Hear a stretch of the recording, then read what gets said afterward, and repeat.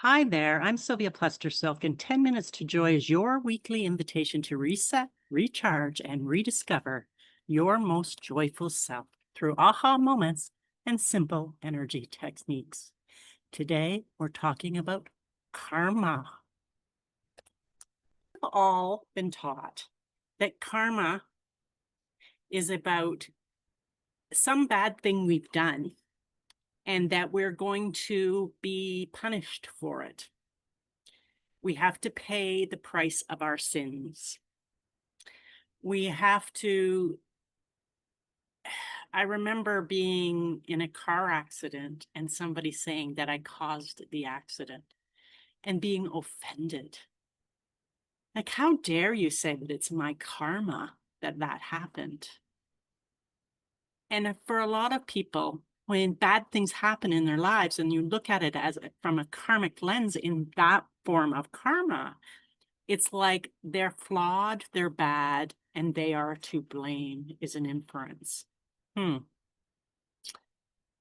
have been reading the work of Edward Mannix about karma, and I'm going to try and talk to you about but honestly, in Reinventing Truth, his book, he describes it so much better than I ever will be able to. I love his idea of karma. His idea is that we are a pure soul. And what happens is we have different experiences of bad things happening that get imprinted on what he describes as a karmic lens. So what that means is it doesn't mean that you've done something bad. It just could mean that you have an imprint of something that hasn't been cleared energetically, or in other words, healed. So if this is true, then maybe it's not about getting payback for something bad. And maybe we have done bad things in the past lives. Maybe we've done good things that got caught in our lens or our karma, our imprints that are flooding through in this incarnation and causing us to act in certain ways and have certain patterns that need to be cleared. Patterns are my words, not Edward's words. So how do we go about then clearing karma? Because it's not about a punishment for sins. It's not about payback. It is not about they did something to me, so I just have to wait till karma catches up with them. I just find this an incredibly freeing perspective about karma because it talks about or comes from that place that we are pure energy of our soul, and we have imprints that prevent that pure soul's illumination, not quite the right word, shining through purely in this lifetime. And as we clear those patterns or those, what he calls imprints, off our karmic lens, then new miracles can show up for us. So all we need to do is heal. That seems kind of simple. However, the healing work through his lens is really going back to clear the original imprint. I'm currently training in his work, and I'm finding it absolutely spectacular and wonderful, and I'm having miracles. I'm having things happen to my body. My behavior is shifting and changing. The way that I see the world is shifting and changing, and I find it really, really exciting work. Maybe I should be calling it play because it almost feels like that. And I endeavor to become a better and better practitioner of energy work, using this additional piece in my work soon.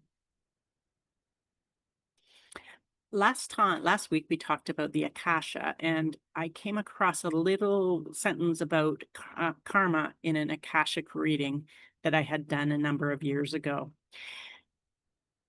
And it's talking about, so even those ones who have felt destructive people, they're referring to here, or that you observe in someone else that has been destructive. So they're looking at seeing other patterns, other people's patterns as destructive. There is a potential for growth and illumination through the destruction. Huh? It is not bad. It is an opportunity for soul growth and soul information to be derived through having various different experiences, almost like an experimentation. So again, even the Akasha talks about clearing the energy so that the soul can shine purely and brightly and create more meaningful, loving experiences in life today. I find this just so incredibly freeing because when bad things happen, it's an opportunity to reflect back on where was the original wound that is being shown here. Sometimes it's in childhood, and we can go back to childhood and clear a wound. And sometimes it's multiple past lives ago. And sometimes it's shocking what comes up. And really neat how we send love to ourselves and understanding. And these things can be shifted. When we shift the energy of those previous experiences and we release ourselves from the bondage of that old karmic imprint, then we are free in this lifetime, in this incarnation, to be all that we possibly can be. Imagine considering karma not as punishment, not as we have done something bad and we must pay. I can't tell you the number of times people have come to me for an Akashic record because something's going on and they want to understand what exactly it was that they did in a past life that is causing it right now. But it's from a punishment lens. It's from a cause and effect lens. I did something bad there, so something bad is going to happen to me. It's like a keeping score. And I assure you that the Akasha and our souls don't keep score like that. It's not a tennis match where somebody's going 1 point, 1 point, love, 2 point, 2 point, and so on. No one is keeping score. However, when we see we have an activation or an irritation with a particular type of behavior, that is probably a reflection of some inner work that is coming up simply to be cleared away. You clear it away and you can achieve freedom. You can achieve emotional freedom. You can achieve financial freedom. You can achieve enhanced relationships. And to me, those three things come together, and they're the true expression of joy in the human form. So next time you think of karma, maybe don't think about you being punished or being held responsible for something that happened, but what is the pattern that I'm holding within myself that is getting portrayed in this particular situation, so that you can go within by yourself or with a skilled practitioner and understand what's going on in that older time that's being simply reflected in the current time. Because as we heal these imprints, they leave.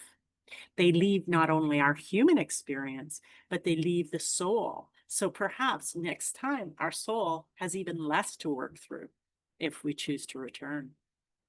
And even if we don't, because there's all that parallel things, parallel universes, and so on. I invite you to really contemplate karma as an opportunity to heal versus karma as a punishment. That's all for today, folks. So if this is a new concept for you, please sign up and register for my podcast. You can go to 10minutestojoy.ca, or you can just follow me simply on your favorite listening app, 10 Minutes to Joy. Thank you so much for listening. That's all for today. Remember, your emotional freedom isn't found in controlling everyone around you and everything around you, but in releasing what no longer serves you. Each breath, each challenge is an invitation to let go and embrace your most authentic, joyful self. Have a wonderful week.